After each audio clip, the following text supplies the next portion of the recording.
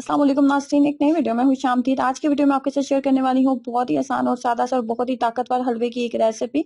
गाजर का हलवा आपने बहुत दफ़ा ट्राई किया होगा, लेकिन आज की वीडियो में हम बनाएंगे गाजर और सेब का हलवा। आप घर में किस तरीके से बना सकते हैं, इसको आप बहुत आसानी से 15 दिन के लिए स्टोर कर सकते हैं। और डेली 1 से 2 खाने का चम्मच अगर दूध के साथ आप इसका इस्तेमाल करते हैं तो सर्दियों में ये आपको ताकत देने में बेहतरीन है।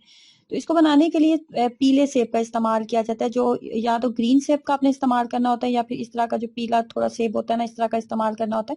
गाजर और सेब दोनों को इक्वल क्वांटिटी में आपने लेना है। गाजर की जितनी मिकदार है बिल्कुल उतनी ही मिकदार हम सेब की रखेंगे। दोनों की मिकदार को बराबर रखना बहुत जरूरी है। दोनों को मैंने अच्छे से वॉश कर लिया। वॉश करने के बाद हम सिंपल इसको कद्दूकश कर लेंगे कि सेब के मैं छिलके उतार लूंगी। और 1 कप के करीब मैंने ऑयल जो है, सॉरी घी जो है, 1 कप के करीब घी जो है वो मैंने डाल लिया है कढ़ाई में। गाजर को भी कद्दूकश कर लिया है और सेब को भी कद्दूकश कर लिया। और नंबर 3 पे जो इसके अंदर हम इस्तेमाल करेंगे ना, वो 1 गिलास के करीब दूध हमें चाहिए। अगर आप फुल मलाई वाला, बहुत अच्छी मलाई वाला दूध अगर इस्तेमाल करते हैं तो बहुत ही बेहतरीन है। ये 1 गिलास के करीब दूध था, तो इसके अंदर 1 कप के करीब मैंने मलाई भी डाल ली थी। मलाई ये होममेड मलाई थी, जो दूध के ऊपर आती है, घर की निकली हुई मलाई थी, वो भी मैंने इसके अंदर डाल ली है। अब यहाँ पे 1 कप के करीब हमने घी का इस्तेमाल किया। 1 कप घी लेने के बाद 2 से 3 अदद लौंग और 1 दालचीनी का छोटा सा टुकड़ा भी ऐड कर देंगे। अच्छा, घी की मिकदार इसके अंदर ज्यादा इसलिए रखनी है क्योंकि हमने 15 दिन के लिए इसको बना के फ्रिज में रखना है, तो इसके लिए जरूरी है कि हम घी की मिकदार थोड़ी ज्यादा रखें। और यहाँ पे एक और बात का आपने ख्याल रखना है कि सेब को आपने उस वक्त कद्दूकश करना है जब आप बिल्कुल इसको घी के अंदर डालने वाले हैं। इसको कद्दूकश करके आपने रखना नहीं है, वरना ये ब्लैक हो जाएगा। ब्लैक हो जाएगा। अगर आप इसको कालापन से बचाना चाहते हैं या फिर आप पहले से अगर इसको कद्दूकश करके रखना चाह रहे हैं तो इसके अंदर पानी ऐड कर दें।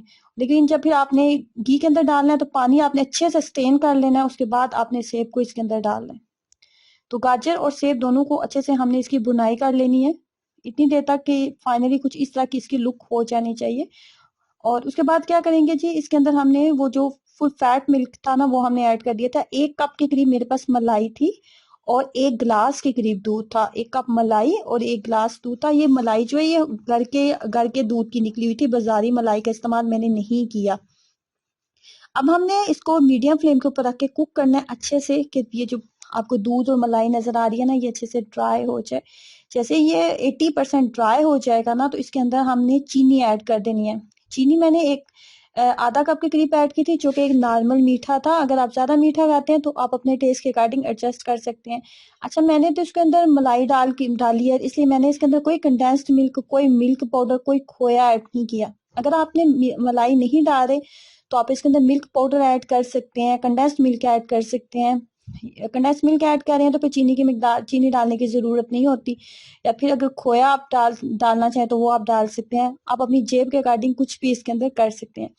चीनी डालने के बाद फाइनली नॉर्मल जैसे आम हलवा बनाया जाता है उसी तरीके से इतनी देर इसको कुक करना है कि कुकिंग ऑयल अलग से नजर आने लगे और हलवा फाइनली कुछ इस तरह का रेडी हो जाए। उसके ऊपर आप बादाम, खोपरा, कोई भी चीज अपनी जेब के अकॉर्डिंग डाल लें और इसमें एंजॉय करें। खाने का तरीका इसका ये होता है कि आप इसको 15 दिन के लिए बना के फ्रिज में रख सकते हैं। ये खराब बिल्कुल भी नहीं होगा।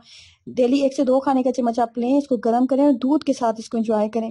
अगर आप इसको अपने जिस्म की ताकत को डबल करना चाहते हैं और इससे असल जो इसकी तवानाई है, इसके इसके बेनिफिट्स हैं, उसको एंजॉय करना चाहते हैं तो ट्राई करें और अपना एक्सपीरियंस शेयर कीजिएगा। अल्लाह हाफ़िज़।